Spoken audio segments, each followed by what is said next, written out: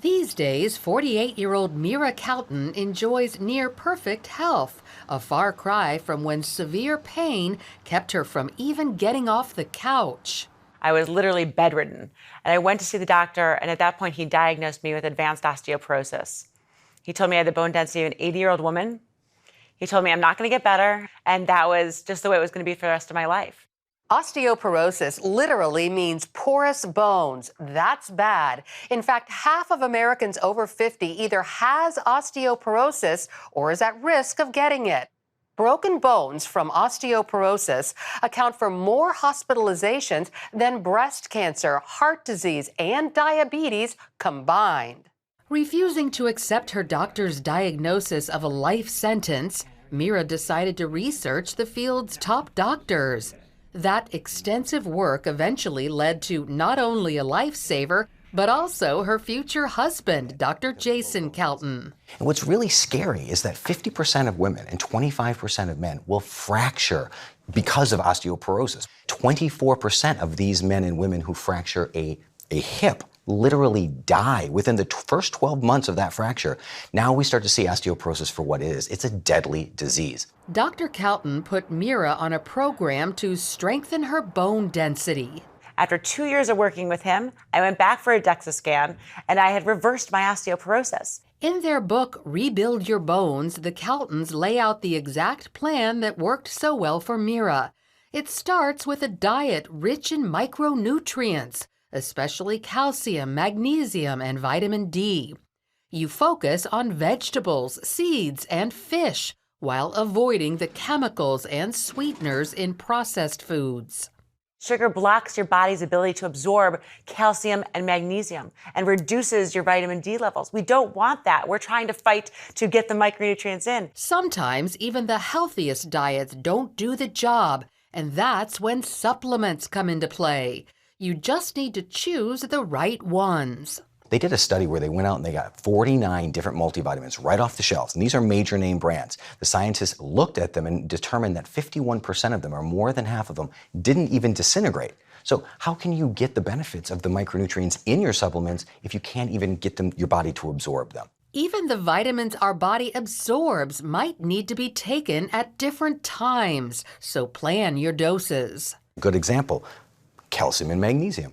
They actually compete. Yes, the calcium will get in, but the magnesium won't be able to. Also, vitamin D and vitamin K2. Oftentimes we see these supplements combined, but we don't want to take them together because they directly compete for absorption. After changing her diet and supplements, Mira looked for other ways to stop depending on chemicals, such as cleaning supplies and personal products. And some of these chemicals are so dangerous that even one of them, triclosan, is found in antibacterial soaps.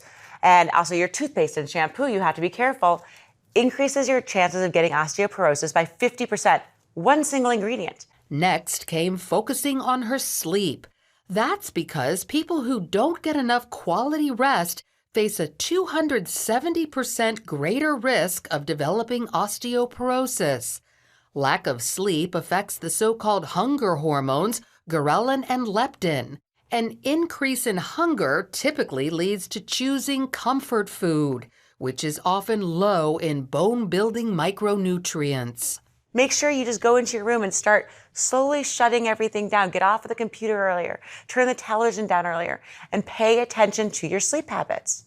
Too little sleep increases our stress hormone, cortisol, which can block the body's ability to absorb calcium, leading to bone loss. In fact, some diseases that increase cortisol levels, such as Cushing's syndrome, carry increased osteoporosis risk.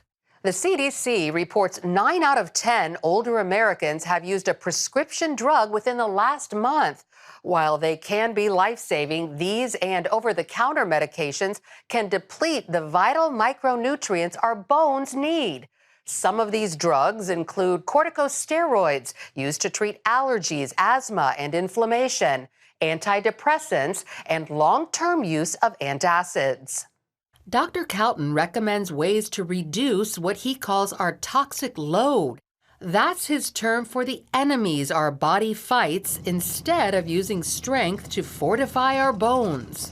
One way to reduce that load is by using a HEPA air filter to clean the air we breathe. Certain water filters can take away lead, copper, and mercury coming out of the faucet. These heavy metals slowly deteriorate and rob the body of the micronutrients that it could be using to keep your bones strong. Look for water filters that remove 99% of contaminants and can back up their claims. So while we don't plan to fall, eventually we do. When that happens, strong bones allow us to get up and keep going. Lori Johnson, CBN News.